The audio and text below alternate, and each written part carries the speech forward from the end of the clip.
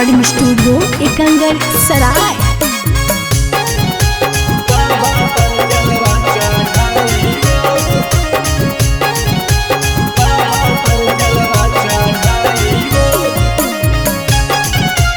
Presented by किसका film. जेरा जैसे जाना है वैसे जाए दे, केहू और के बुलाना है बुलाई ले।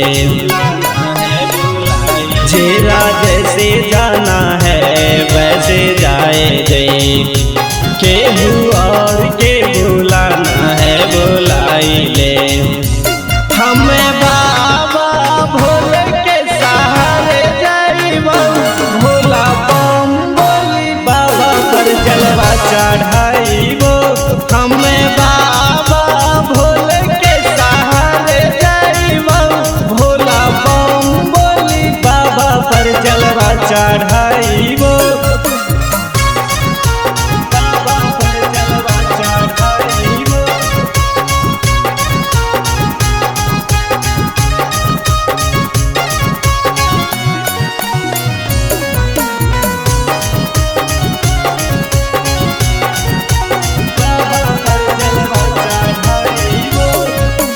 भवन नगरिया दूर है जी, कांवर लेके जाएंगे। चाहे पिराए दहिया चाहे पाँव छल पर जाए दे, भवन नगरिया दूर है जी, कांवर लेके जाएंगे। चाहे पिराए दहिया चाहे पाँव छल पर जाए दे। बाबा भोले से हम यारा की लगाइबोगे, हमें बाबा भोले के सहारे जाइबो। भोला बम बोली बाबा पर जलवा चढ़ाइबो।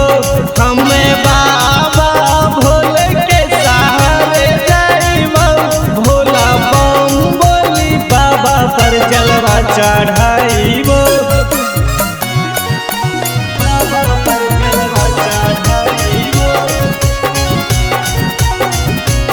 किसका रिकॉर्डिंग स्टूडियो एकंगर सराय। सावन के होला पावन महीना, सब कोई जाला बाबा धाम।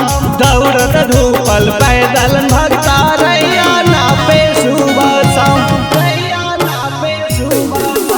सावन के होला पावन महीना, सब कोई जाला बाबा धाम।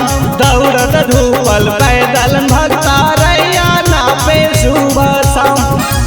बाबा अभय नद से दुखवा सुनइबोगे, हमें बाबा भोले के सहारे जाइबो। भोला बम बोली बाबा पर जलवा चढ़ाइबो। हमें बाबा भोले के सहारे जाइबो, भोला बम बोली बाबा पर जलवा चढ़ाइबो। किसका रिकॉर्डिंग स्टूडियो एकंगर सराय।